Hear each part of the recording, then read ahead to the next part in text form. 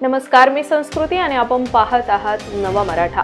तर पाहुयात अहिल्यानगर जिल्ह्यातील महत्त्वाच्या घडामोडी। गेल्या काही दिवसांपासून अहिल्यानगर जिल्ह्यात बिबट्याचा वावर मोठ्या प्रमाणात वाढलेला दिसून येत आहे। अशातच अहिल्यानगर तालुक्यातील भोरवाडी गावच्या परिसरात गेल्या अनेक दिवसांपासून वावर असलेल्या 5 बिबट्यांच्या पैकी एका बिबट्याला पकडण्यात वन विभागाला यश आलं आहे। मात्र अद्यापही अजून 4 बिबट्यांचा वावर या परिसरात असताना देखील वन विभागाने लावलेले ट्रॅप कॅमेरे आज अचानकपणे काढून नेल्याने ग्रामस्थांनी तीव्र नाराजी व्यक्त केली आहे। दरम्यान ग्रामस्थांना पिंजऱ्याच्या आसपास बिबट्या आहे का याची माहिती होण्यासाठी ट्रॅप कॅमेरे अत्यंत गरजेचे आहेत। त्यामुळे वन विभागाने तातडीने कॅमेरे पुन्हा बसवावेत अशी मागणी ग्रामस्थांनी केली आहे। नमस्कार, मी शुभम भोर, राहणार भोरवाडी। 1-2 दिवसापूर्वी वन विभागावाल्यांनी कारवाई करून याच ठिकाणावरून या नळ्यामध्ये 5 बिबटे 1.5 वर्षापासून वास्तव्य करत आहेत। तरी सदर ठिकाणचा एक बाछडा वन विभागाने पकडून नेलेला आहे। तरी वन विभागाने आणखी 2 पिंजरे लावलेले आहेत आणि या पिंजऱ्यामध्ये 2 कुत्र्याची पिल्ल त्या बिबट्यांचे भक्ष्य म्हणून ठेवलेले आहे। या पिल्लांना चारा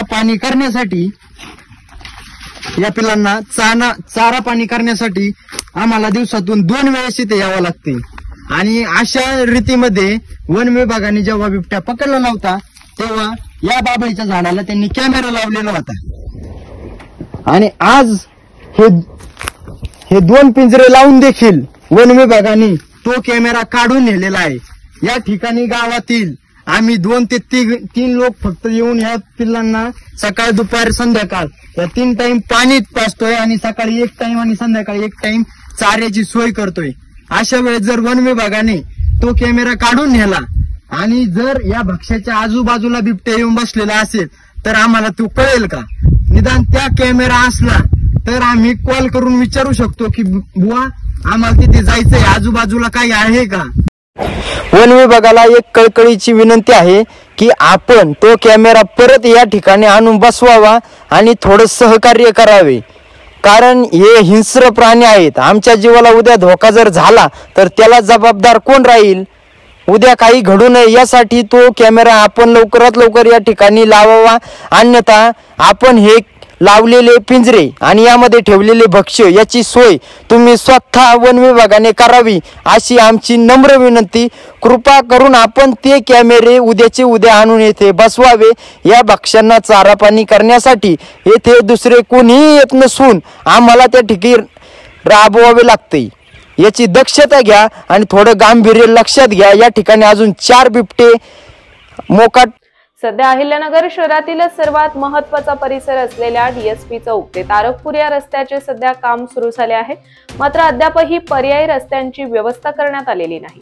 यामुळे या भागात प्रचंड मोठ्या प्रमाणात वाहतूक कोंडीचा प्रश्न उपस्थित होत आहे। कारण या भागातून तारकपूर एसटी आगारातील बस दिवसभर ये-जा करत असतात। तसेच त्या भागात हॉस्पिटलची देखील संख्या मोठ्या प्रमाणात असल्याने रुग्णवाहिकेला देखील त्रास सहन करावा लागत आहे। मात्र आता ही वाहतूक ट्रॅफिक पोलिसांऐवजी एसटी वाहकांनाच काढावी लागत आहे। त्यामुळे या वाहतुकीकडे प्रशासनाने लक्ष द्यावे अशी मागणी वाहन चालकांकडून करण्यात येत आहे। गेल्या काही दिवसांपासून शहरात अपघाताचे प्रमाण वाढले आहे। त्या पार्श्वभूमीवर अहिल्यानगर शहर वाहतूक नियंत्रण शाखा अहिल्यानगरकडून रस्ता सुरक्षा अभियान 2025 अंतर्गत 15 जानेवारीला अहमदनगर कॉलेजच्या एनसीसी विद्यार्थ्यांची जनजागृतीपर रॅली कोटी चौक, चांदणी चौक अशी आयोजित करण्यात आली होती। तसेच न्यू आर्ट्स कॉलेजच्या विद्यार्थ्यांची जनजागृतीपर रॅली न्यू आर्ट्स कॉलेज, नीलक्रांती चौक, दिल्ली गेट अशी आयोजित करण्यात आली होती।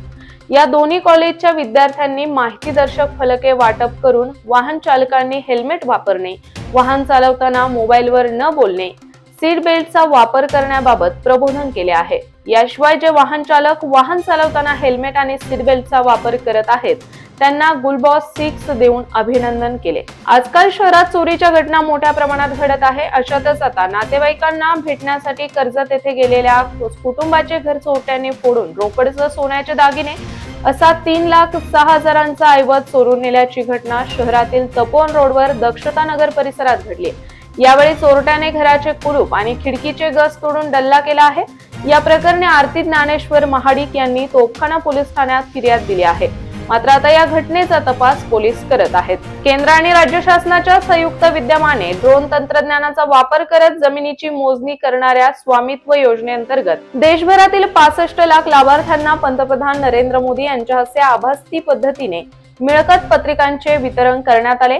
त्या अनुषंगाने जिल्हाधिकारी कार्यालयाच्या सभागृहात कार्यक्रमाचे आयोजन करण्यात आले होते. या कार्यक्रमास विधान परिषदेचे सभापती राम शिंदे, मंत्री राधाकृष्ण विखे पाटील, आमदार शिवाजी कर्डिले, जिल्हाधिकारी सिद्धाराम सालीमठ यांसह अनेक जण उपस्थित होते. तसेच ड्रोन तंत्रज्ञान आणि प्रगत नकाशांकन या आधुनिक तंत्राचा उपयोग करत नागरिकांच्या मालमत्तांचे संवर्धन आणि संरक्षण करणारी ही स्वामित्व योजना आहे. अहिल्यानगर जिल्हा नेहमीच राज्याला दिशा देणारा जिल्हा आहे. ग्रामीण भागामध्ये मालमत्तांच्या भेडसावणाऱ्या प्रश्नाच्या मुळाशी जाऊन अत्यंत नाविन्यपूर्ण योजना राबवण्यात येत आहे. आधुनिक तंत्राच्या सहाय्याने नागरिकांच्या मालमत्तांचे संवर्धन आणि संरक्षण यातून होणार आहे. तर अशाच माहितीपूर्ण बातम्यांसाठी चॅनलला सबस्क्राईब नक्की करा.